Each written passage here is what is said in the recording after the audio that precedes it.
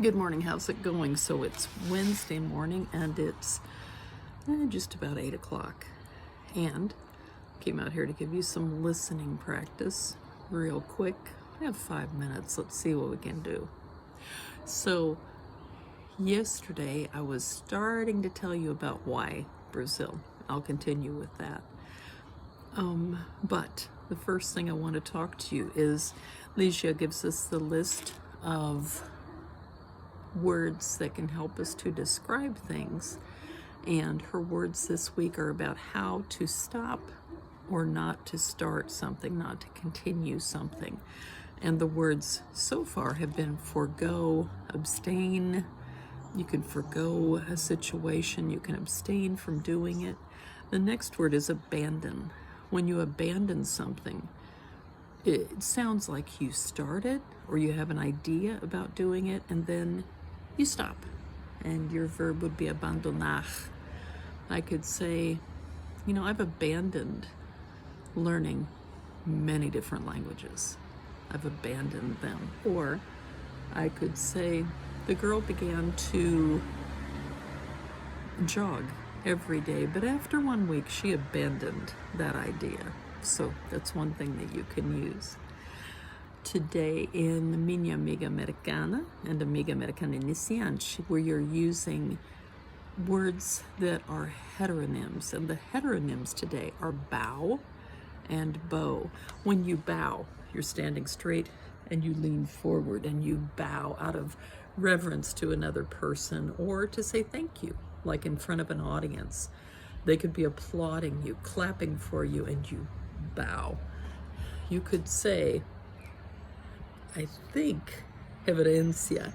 So when you bow to say thank you, I could say, the audience loved the song I sang and they applauded. I bowed. School buses are very loud. So there goes a school bus. Or I could say, be sure to take a bow after your performance. The other word is bow.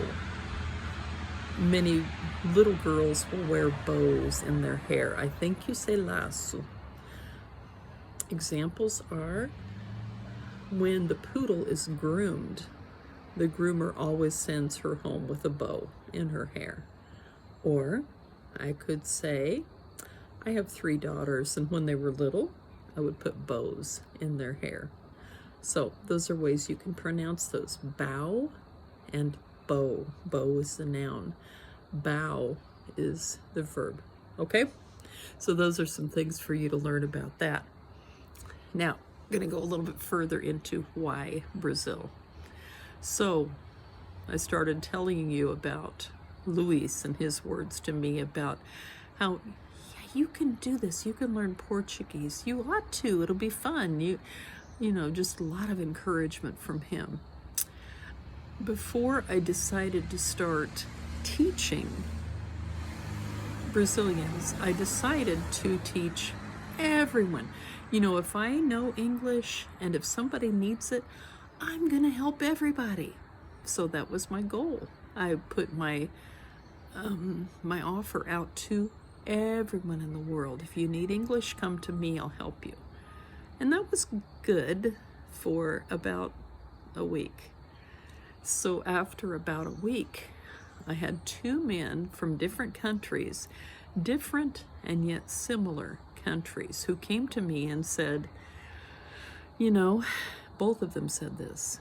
I was 48 at the time, 48 years old.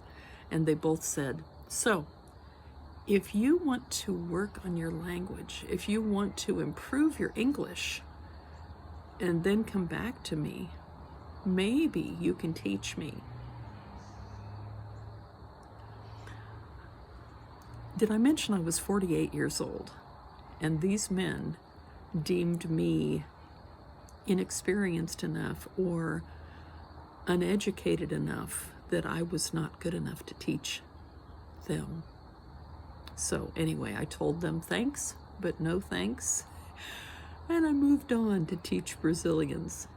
So I'll finish the rest later. Have a great day.